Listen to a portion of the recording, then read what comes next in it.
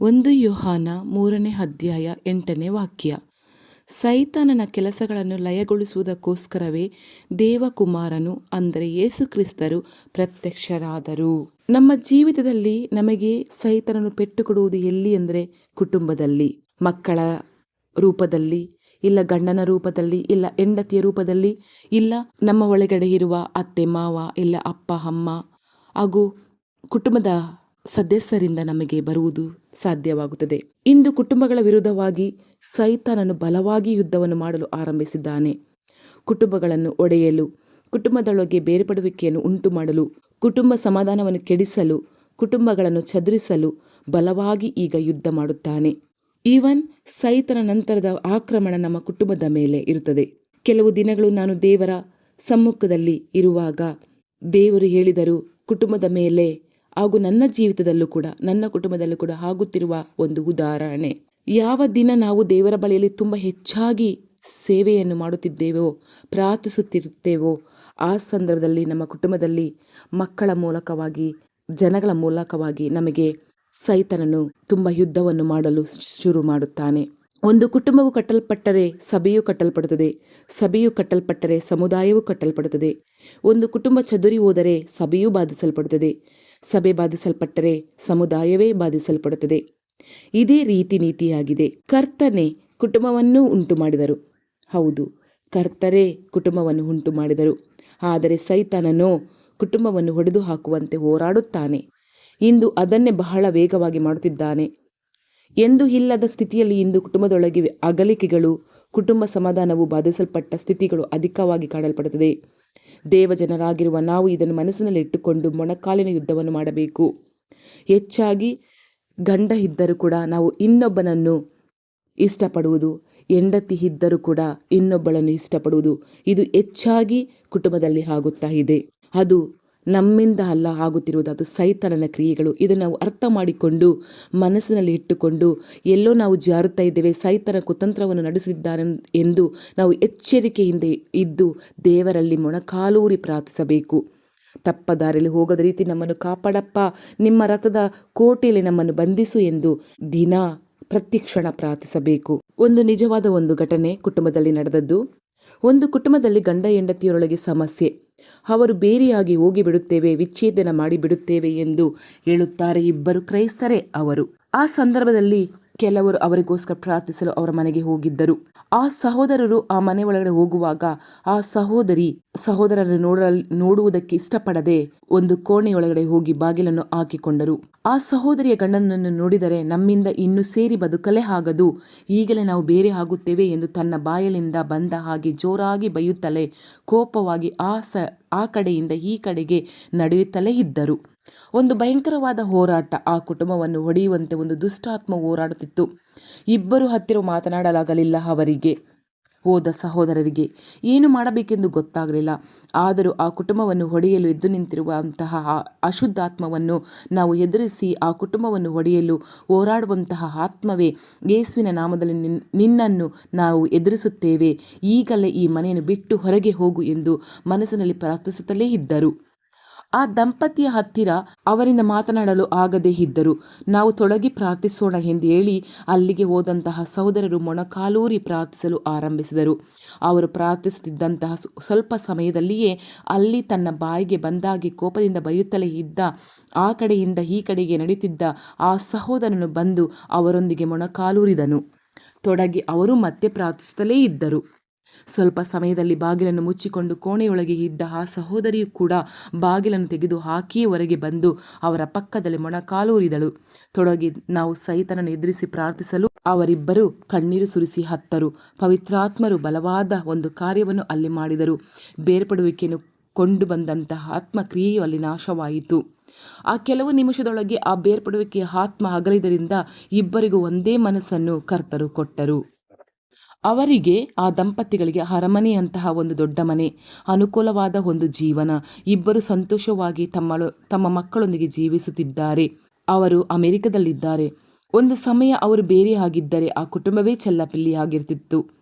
ಸೈತಾನನು ಆ ಕುಟುಂಬವನ್ನು ಹೊಡೆಯಲು ಹೋರಾಡಿದನು. ಸೈತಾನನ್ನು ಎದುರಿಸಿ ಪ್ರಾರ್ಥಿಸಿದಾಗ ಕರ್ತರು ಆ ಕುಟುಂಬವನ್ನು ಕಟ್ಟಿದರು. ಆದ್ದರಿಂದ ಕುಟುಂಬಕ್ಕೆ ವಿರೋಧವಾಗಿ ಕ್ರಿಯೆ ಮಾಡುವಂತಹ ಸೈತಾನನನ್ನು ನಾವು ಎದುರಿಸಿ ಹೋರಾಡುವಾಗ ಕುಟುಂಬದಲ್ಲಿ ಕಾಣಲ್ಪಡುವಂತಹ ಸಂದೇಹದ ಆತ್ಮಗಳು, ಸಮಾಧಾನವನ್ನು ಕೆಡಿಸುವಂತಹ ಆತ್ಮಗಳು, ಐಕ್ಯತೆಯನ್ನು ಕೆಡಿಸುವಂತಹ ಆತ್ಮಗಳು ತನ್ನಷ್ಟಿಗೆ ಅಗಲಿ ಹೋಗುತ್ತದೆ. ಹೀಗೆ ನಾವು ಹೋರಾಡಿ ಪ್ರಾರ್ಥಿಸುವಾಗ ನಿಮ್ಮ ಮಕ್ಕಳ ಜೀವನವು, ನಿಮ್ಮ ಕುಟುಂಬವು ಕಟ್ಟಲ್ಪಡುತ್ತದೆ. ನಿಮ್ಮ ಕುಟುಂಬಕ್ಕೆ ವಿರೋಧವಾಗಿ ಎದ್ದೇಳುವಂತಹ ಆತ್ಮಗಳು ನಾಶವಾಗಿ ಹೋಗುತ್ತದೆ. ಆದ್ದರಿಂದಲೇ ಮೊಣಕಾಲಿನ ಯುದ್ಧವನ್ನು ಮಾಡಿ ನಾವು ಕುಟುಂಬವನ್ನು ಭದ್ರಪಡಿಸಬೇಕು. ಇನ್ನೊಂದು, ಸಭೆಗಳಿಗೆ ವಿರೋಧವಾಗಿ ಎದ್ದೇಳುವುದು ಸೈತಾನ. ಸೇವೆಗಳಿಗೆ ವಿರೋಧವಾಗಿ ಅಥವಾ ಸೇವಕರನ್ನು ನಾಶ ಮಾಡುವಂತೆ, ಸಭೆಗಳಿಗೆ ವಿರೋಧವಾಗಿ ಅವರನ್ನು ಪಾಪದೊಳಗೆ ತಳ್ಳುವಂತೆ, ಅಪಘಾತದಿಂದ ಅವರು ಮರಣ ಹೊಂದುವಂತೆ, ಸೇವಕರನ್ನು ನಾಶ ಮಾಡುವಂತೆ, ಸೇವೆಗಳಿಗೆ ವಿರೋಧವಾಗಿ ಅವನು ಬಲವಾದ ಯುದ್ಧವನ್ನು ಮಾಡುತ್ತಾನೆ. ಏಕೆಂದರೆ ಈ ಸಭೆಗಳು ಸೇವಕರೇ ತನಗೆ ವಿರೋಧವಾಗಿ ಯುದ್ಧವನ್ನು ಮಾಡುವಂತಹ ಜನರನ್ನು ಎಬ್ಬಿಸುತ್ತಾರೆ ಎಂದು ಅವರಿಗೆ ಗೊತ್ತು. ಆದ್ದರಿಂದಲೇ ಸೈತಾನನು ಕೋಪದಿಂದ ದೇವಸೇವಕರಿಗೆ ವಿರೋಧವಾಗಿ ಯುದ್ಧವನ್ನು ಮಾಡುತ್ತಾನೆ ಎನ್ನುವುದನ್ನು ನಾವು ಮರೆತು ಹೋಗಬಾರದು. ಹೀಗೆ ದೇವಸೇವಕರಿಗಾಗಿಯೂ ಸಭೆಗಳಿಗಾಗಿಯೂ ನಾವು ಹೋರಾಡಿ ಪ್ರಾರ್ಥಿಸುವಾಗ ಸಭೆಗಳು, ದೇವಸೇವೆಗಳು ಸುರಕ್ಷಿತವಾಗಿ ಕಾಪಾಡಲ್ಪಡುತ್ತಾರೆ. ನನ್ನ ಮನೆಯಲ್ಲಿ ಕೂಡ ನಾನು ಹೆಚ್ಚಾಗಿ ದೇವರಲ್ಲಿ ಪ್ರಾರ್ಥಿಸುವಾಗ ಹಾಗೂ ಯೂಟ್ಯೂಬ್ನಲ್ಲಿ ನಾನು ವಿಡಿಯೋವನ್ನು ಹಾಕುವಾಗ ಮನೆಯಲ್ಲಿ ತುಂಬ ಹೋರಾಟ, ಅದನ್ನು ನಾವು ಎದುರಿಸಿ ದೇವರ ಬಳಿಯಲ್ಲಿ ಪ್ರಾರ್ಥಿಸುತ್ತಾ ಇರುವಾಗನೇ ಆ ಒಂದು ಹೋರಾಟ ಹೋಗುತ್ತದೆ. ಇಲ್ಲವಾದರೆ ನಾನು ಕುಂದಿ ಹೋಗುತ್ತೇನೆ. ನಿಮ್ಮ ಜೀವಿತದಲ್ಲೂ ಹೀಗೆ ಇರಬಹುದು. ಆದ್ದರಿಂದ ಮೊಣಕಾಲೂರಿ ದೇವರಲ್ಲಿ ಪ್ರಾರ್ಥಿಸಿರಿ. ಸೇವಕರಿಗಾಗಿ, ಸಭೆಗಳಿಗಾಗಿ ಕರ್ತನ ಯುದ್ಧವನ್ನು ನಡೆಸಲು ಎಷ್ಟು ಜನರು ಸಿದ್ಧವಾಗಿದ್ದಾರೆ? ವಾರದಲ್ಲಿ ಒಂದು ದಿನವಾದರೂ ಒಂದು ಅರ್ಧ ಗಂಟೆ ಸೇವಕರಿಗಾಗಿ ನೀವು ಪ್ರಾರ್ಥಿಸಿ ನೋಡಿರಿ. ಮೊಣಕಾಲಿನಲ್ಲಿ ನಿಂತು ಯುದ್ಧವನ್ನು ಮಾಡಿ ನೋಡಿರಿ. ಅದು ಒಂದು ದೊಡ್ಡ ಸೇವೆ. ಆಗಲೂ ನನ್ನ ಯುದ್ಧವನ್ನೇನು ನಡೆಸು ಎಂದು ಕರ್ತನು ನಮ್ಮನ್ನು ನೋಡಿ ಹೇಳುತ್ತಾರೆ. ಸೈತಾನನಾದವನು ನಮಗೆ ವಿರೋಧವಾಗಿ, ನಮ್ಮ ಕುಟುಂಬಕ್ಕೆ ವಿರೋಧವಾಗಿ, ಸಭೆಗೆ ವಿರೋಧವಾಗಿ ಹೋರಾಡುವುದು ಮಾತ್ರವಲ್ಲ, ಈ ಲೋಕದಲ್ಲಿ ಕ್ರಿಯೆ ಮಾಡುವಂತಹ ಸೈತಾನನೊಂದಿಗೆ ಎದುರಿಸಿ ನಾವು ಯುದ್ಧವನ್ನು ಮಾಡಬೇಕು. ಮೊಣಕಾಲಿನ ಯುದ್ಧವನ್ನು ಮಾಡಿಯೇ ಈ ಲೋಕದಲ್ಲಿ ಕರ್ತನ ರಾಜ್ಯವನ್ನು ನಾವು ತರುವುದಕ್ಕೆ ಸಾಧ್ಯವಾಗುತ್ತದೆ. ಅದಕ್ಕೆ ಸೈತಾನನ ಕ್ರಿಯೆಗಳು ಏನು, ಹೇಗೆ ಅವನ ದೇಶದಲ್ಲಿ ಕ್ರಿಯೆ ಮಾಡುತ್ತಾನೆ, ಹೇಗೆ ಅವನನ್ನು ಎದುರಿಸಿ ಹೋರಾಡಬೇಕು ಎನ್ನುವುದನ್ನು ನಾವು ತಿಳಿದುಕೊಳ್ಳಬೇಕಾದುದು ಅವಶ್ಯಕವಾಗಿದೆ. ಸೈತಾನನನ್ನು ಅಂದರೆ ಒಬ್ಬ ಬಲಿಷ್ಠ ಅಂದರೆ ಸೈತಾನ. ಬಲಿಷ್ಠನನ್ನು ಮೊದಲು ಕಟ್ಟಿ ಹಾಕದೆ ಆ ಬಲಿಷ್ಠನ ಮನೆಯನ್ನು ಒಕ್ಕು ಅವನ ಸೊತ್ತನ್ನು ಸುಲುಕೊಳ್ಳುವುದು ಹೇಗೆ? ಕಟ್ಟಿ ಹಾಕಿದ ಮೇಲೆ ಅವನ ಮನೆಯನ್ನು ಸುಲುಕೊಂಡಾನು. ಮತ್ತಾಯ 12:29. ಸೈತಾನನನ್ನು ಕುರಿತು ಕರ್ತನು ಈ ಮಾತನ್ನು ಹೇಳುತ್ತಾರೆ. ಅಂದರೆ ಅವನು ಬಲಿಷ್ಠನು. ಅವನನ್ನು ಕಟ್ಟುವಾಗಲೇ ಅವನ ಬಲದೊಳಗೆ ಇರುವಂತಹ ಆತ್ಮಗಳನ್ನು ನಾವು ಬಿಡಿಸಲು ಸಾಧ್ಯ. ಕಾರಣ, ನಮ್ಮ ದೇಶದಲ್ಲಿರುವಂತಹ ಕೋಟ್ಯಾನುಕೋಟಿ ಆತ್ಮಗಳನ್ನು ಸೈತಾನನ್ನು ವಂಚಿಸಿ ತನ್ನ ಆಳ್ವಿಕೆಯ ಗುಲಾಮಗಿರಿಯಲ್ಲಿ ಇಟ್ಟಿದ್ದಾನೆ. ಆ ಜನರೆಲ್ಲರೂ ರಕ್ಷಣೆಯನ್ನು ಹೊಂದಿ ಕರ್ತನ ಮಕ್ಕಳಾಗಿ ಬದಲಾಗಬೇಕಾದರೆ ಪಾಪದಿಂದಲೂ ಶಾಪದಿಂದಲೂ ಅವರು ಬಿಡುಗಡೆಯನ್ನು ಹೊಂದಿ ಆಶೀರ್ವದಿಸಲ್ಪಡಬೇಕಾದರೆ ಬಲಿಷ್ಠನಾಗಿರುವ ಸೈತಾನನನ್ನು ಮೊದಲನೇದಾಗಿ ಕಟ್ಟಬೇಕು. ಅವನನ್ನು ಹೇಗೆ ಕಟ್ಟುವುದು? ಮೊಣಕಾಲಿನಲ್ಲಿ ಯುದ್ಧವನ್ನು ಮಾಡಿಯೇ ಬಲಿಷ್ಠನಾಗಿರುವ ಅವನನ್ನು ಕಟ್ಟಲು ಸಾಧ್ಯ. ಬಲಿಷ್ಠನನ್ನು ಕಟ್ಟುವುದು ಎನ್ನುವುದಕ್ಕೆ ಅವನ ಕ್ರಿಯೆಗಳನ್ನು ನಾವು ಕಟ್ಟುತ್ತೇವೆ ಎಂಬುದು ಅರ್ಥ. ಈ ಒಂದು ಅರ್ಥ ನಾವು ಮರೆತು ಹೋಗಬಾರದು. ಈ ಬಲಿಷ್ಠನಾಗಿರುವ ಸೈತಾನನಾದವನು ಹಲವು ರೀತಿಯಲ್ಲಿ, ಹಲವು ಪ್ರಾಂತ್ಯಗಳಲ್ಲಿ ಕ್ರಿಯೆ ಮಾಡುತ್ತಿರುವುದನ್ನು ಪರಿಶುದ್ಧ ಸತ್ಯವೇದ ಮೂಲಕ ನಾವು ನೋಡುತ್ತೇವೆ. ಸೈತಾನನ ಹಲವು ಕ್ರಿಯೆಗಳನ್ನು ಕುರಿತು ಅದರಲ್ಲಿ ಬರೆದಿದ್ದರೂ ಅದರಲ್ಲಿ ಆಕಾಶ ಮಂಡಲದಲ್ಲಿ ಕ್ರಿಯೆ ಮಾಡುವ ದುಷ್ಟ ಆತ್ಮಗಳ ಸೇನೆ, ಎಫೆಸ 6:12 ವಚನದಲ್ಲಿ ಬರೆದಿರುವುದನ್ನು ನಾವು ಓದುತ್ತೇವೆ. ಈ ದುಷ್ಟ ಆತ್ಮಗಳ ಸೇನೆಗಳ ಪ್ರಾಂತ್ಯಗಳನ್ನು ಆಕಾಶ ಮಂಡಲಗಳಲ್ಲಿ ಸೈತಾನನಾದವನು ಇಟ್ಟುಕೊಂಡು ಹೇಗೆ ಕ್ರಿಯೆ ಮಾಡುತ್ತಾನೆ? ಅವನು ಒಂದೊಂದು ಪಟ್ಟಣದ ಮೇಲೆಯೂ ಆತನ ಆಳ್ವಿಕೆಯನ್ನು ಇಟ್ಟಿದ್ದಾನೆ. ಒಂದೊಂದು ಗ್ರಾಮದ ಮೇಲೆಯೂ ತನ್ನ ಆಳ್ವಿಕೆಯನ್ನು ಇಟ್ಟಿದ್ದಾನೆ. ಆ ಪಟ್ಟಣವನ್ನೇ ಆಳ್ವಿಕೆ ಮಾಡಬೇಕು, ಗ್ರಾಮವನ್ನು ಆಳ್ವಿಕೆ ಮಾಡಬೇಕು ಎಂದು ಆಕಾಶ ಮಂಡಲದಲ್ಲಿ ಆತನ ಸಿಂಹಾಸನವನ್ನು ಆಕ್ರಮಿಸಿಕೊಂಡು ಒಂದೊಂದು ಗ್ರಾಮದ ಮೇಲೂ ಒಂದೊಂದು ರಾಜ್ಯದ ಮೇಲೂ ಅವನು ಆಳ್ವಿಕೆ ಮಾಡುತ್ತಿದ್ದಾನೆ.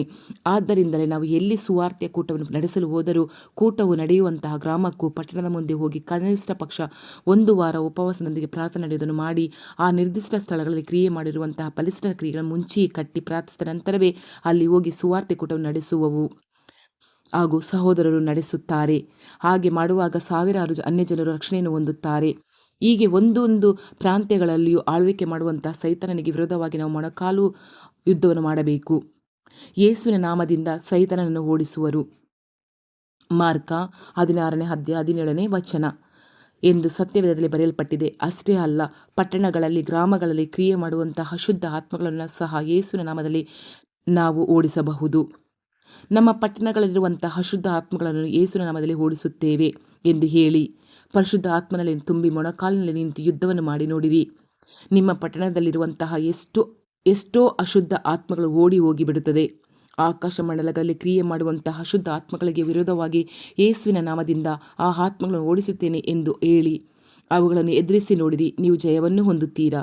ಪಟ್ಟಣಗಳಿಗಾಗಿಯೂ ಗ್ರಾಮಗಳಿಗಾಗಿಯೂ ಉಪವಾಸ ಮಾಡಿ ಮೊಣಕಾಲಲ್ಲಿ ನಿಂತು ಯುದ್ಧವನ್ನು ಮಾಡಬೇಕು. ನಾವು ಮೊಣಕಾಲಿನ ಯುದ್ಧವನ್ನು ಮಾಡುವಾಗ, ಅಂದರೆ ಪ್ರಾರ್ಥಿಸಿ ಹೋರಾಡಿ ಯುದ್ಧವನ್ನು ಮಾಡುವಾಗ, ಬಲಿಷ್ಠನೊಂದಿಗೆ ಯುದ್ಧವನ್ನು ಮಾಡುವಾಗಲೇ ನಾವು ಜಯವನ್ನು ಹೊಂದಲು ಸಾಧ್ಯ. ಕೆಲವು ಆತ್ಮಗಳು ಕಟ್ಟಲ್ಪಡುವುದು ಅಗತ್ಯವಾಗಿದೆ, ಕಾರಣ ಮೊದಲು ಬಲಿಷ್ಠನನ್ನು ಕಟ್ಟಿ ಹಾಕಿರಿ ಎಂದು ಕರ್ತನು ನಮಗೆ ಕಲಿಸಿದ್ದಾರೆ. ಪ್ರತಿಯೊಂದು ಪಟ್ಟಣದಲ್ಲಿಯೂ ಒಂದೊಂದು ಗ್ರಾಮದಲ್ಲಿಯೂ ಒಂದೊಂದು ರೀತಿಯಾದ ಅಶುದ್ಧ ಆತ್ಮಗಳು ಕ್ರಿಯೆ ಮಾಡುತ್ತದೆ. ಸೇವೆಗಳಿಗಾಗಿ ಕೆಲವು ಪಟ್ಟಣಗಳಿಗೆ ಹೋಗಿ ಪ್ರಾರ್ಥಿಸುವಾಗ ಅಲ್ಲಿ ಆತ್ಮಹತ್ಯೆಯ ಆತ್ಮಗಳು ಅಧಿಕವಾಗಿ ಕ್ರಿಯೆ ಮಾಡುವುದನ್ನು ನೋಡಲು ಸಾಧ್ಯ. ಮೊಣಕಾಲಿನ ಯುದ್ಧವನ್ನು ಮಾಡಿ ಪ್ರಾರ್ಥನೆಯಿಂದ ಆತ್ಮಗಳು ಕಟ್ಟಲ್ಪಟ್ಟರೆ ಆ ಪಟ್ಟಣದಲ್ಲಿ ಆತ್ಮಹತ್ಯೆಯ ಯೋಚನೆಯುಳ್ಳ ಅನೇಕರು ರಕ್ಷಣೆಯನ್ನು ಹೊಂದುವುದನ್ನು ನಾವು ನೋಡಿದ್ದೇವೆ. ಕೆಲವು ಗ್ರಾಮಗಳಿಗೆ ಹೋದರೆ ವ್ಯಭಿಚಾರ ಆತ್ಮಗಳು ಅಧಿಕವಾಗಿ ಕ್ರಿಯೆ ಮಾಡುತ್ತದೆ. ಆ ನಿರ್ದಿಷ್ಟವಾದ ಆತ್ಮಗಳು ಕಟ್ಟಲ್ಪಡಲು ಹೋರಾಡಿ ಪ್ರಾರ್ಥಿಸುವುದು ಉಂಟು. ಅದರ ಮೊಣಕಾಲು ಯುದ್ಧವನ್ನು ಮಾಡಿ ಜಯವನ್ನು ಹೊಂದಿದ್ದಾರೆ. ಆ ಗ್ರಾಮದಲ್ಲಿರುವ ವ್ಯಭಿಚಾರದ ಪಾಪದಲ್ಲಿರುವಂತಹ ಅನೇಕರು ಕಣ್ಣೀರೊಂದಿಗೆ ಮಾನಸಾಂತರ ಹೊಂದುವರು. ಒಂದು ಊರಿನಲ್ಲಿ ಅಲ್ಲಿ ವ್ಯಭಿಚಾರದ ಕೆಲಸವನ್ನು ಮಾಡಿಕೊಂಡಂತಹ ಸಹೋದರಿಯರು ಅನೇಕರು ರಕ್ಷಣೆಯನ್ನು ಹೊಂದಿದರು. ಹೀಗೆ ನಾವು ಪ್ರಾರ್ಥಿಸುವಾಗ ಆ ಪಾಪದ ಹಿಡಿತದಲ್ಲಿರುವ ಆತ್ಮಗಳು ಬಿಡುಗಡೆ ಹೊಂದಿ ಬರುವುದನ್ನು ನಾವು ಕಾಣಲು ಸಾಧ್ಯ. ಕೆಲವು ಗ್ರಾಮಗಳಲ್ಲಿ ಕಣಿ ಹೇಳುವಂತಹ ಆತ್ಮಗಳು ಬಲವಾಗಿ ಕ್ರಿಯೆ ಮಾಡುತ್ತದೆ. ಆ ಬಲಿಷ್ಠನ ಕ್ರಿಯೆಗಳನ್ನು ನಾವು ನಮ್ಮ ಪ್ರಾರ್ಥನೆಯ ಮೂಲಕವಾಗಿ ಕಟ್ಟಿ ಹಾಕಿ ಬಿಟ್ಟರೆ ಅದನ್ನು ನಂಬುವಂಥ ಅನೇಕ ಆತ್ಮಗಳು ರಕ್ಷಣೆಯನ್ನು ಹೊಂದುವರು. ಹೀಗೆ ಒಂದೊಂದು ರಾಜ್ಯದಲ್ಲಿಯೂ ಒಂದೊಂದು ಪಟ್ಟಣದಲ್ಲಿಯೂ ವಿವಿಧ ರೀತಿಯಾದ ಆತ್ಮಗಳನ್ನು ತನ್ನ ಕೋಟೆಗಳನ್ನು ಕಟ್ಟಿ ಕ್ರಿಯೆ ಮಾಡುತ್ತಾನೆ.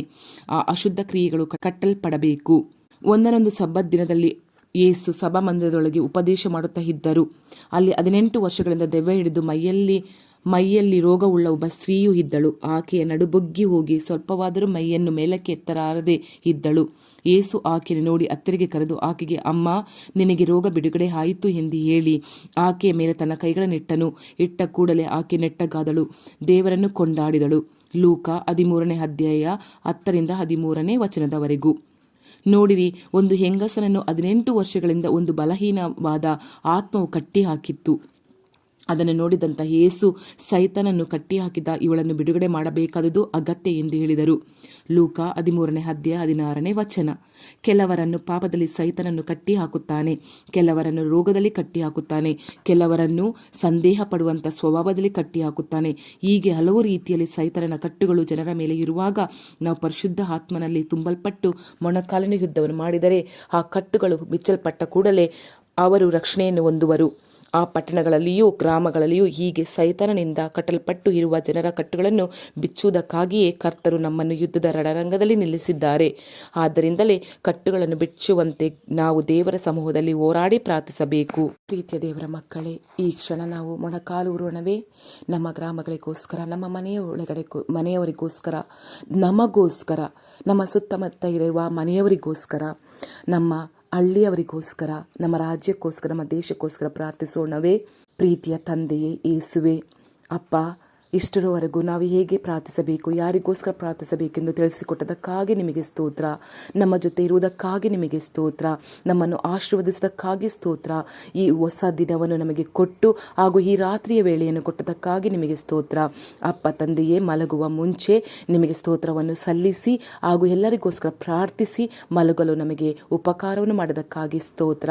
ಅಪ್ಪ ತಂದೆಯೇ, ಈ ರಾತ್ರಿ ನಮ್ಮನ್ನು ನಿಮಗೆ ಸಮರ್ಪಿಸುತ್ತೇವೆ. ತಂದೆಯಾದ ದೇವರೇ, ಎಲ್ಲರಿಗೋಸ್ಕರ ನಾನು ಪ್ರಾರ್ಥಿಸುತ್ತಾ ಇದ್ದೇನೆ.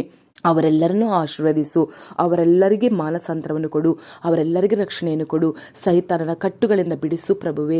ಆ ಎಲ್ಲ ಅಣ್ಣ ತಮ್ಮಂದಿರನ್ನು, ಅಕ್ಕ ತಂಗಿಯರನ್ನು ಆಶೀರ್ವದಿಸು ತಂದೆಯೇ. ಕುಟುಂಬವನ್ನು ಭದ್ರಪಡಿಸು, ಮಕ್ಕಳನ್ನು ಭದ್ರಪಡಿಸು, ಅಪ್ಪ ಅಮ್ಮಂದಿರನ್ನು ಭದ್ರಪಡಿಸು, ಗಂಡ ಹೆಂಡತಿಯರನ್ನು ಭದ್ರಪಡಿಸು ತಂದೆಯೇ. ಯೇಸು ಕ್ರಿಸ್ತ ನಾಮದಲ್ಲಿ, ನಿಮ್ಮ ರಕ್ತದಲ್ಲಿ ಅಪ್ಪ, ನಿಮ್ಮ ರಕ್ತದ ಕೋಟೆಯಲ್ಲಿ ನಮ್ಮನ್ನು ಬಂಧಿಸು ಪ್ರಭುವೆ. ಸೈತನ ಕುತಂತ್ರಕ್ಕೆ ನಾವು ಬಲಿಯಾಗದ ರೀತಿ ಕಾಪಾಡು ತಂದೆಯೇ. ಯೇಸು ಕ್ರಿಸ್ತ ನಾಮದಲ್ಲಿ ಆಮೇನ್, ಆಮೇನ್ ತಂದೆಯೇ, ಆಮೇನ್.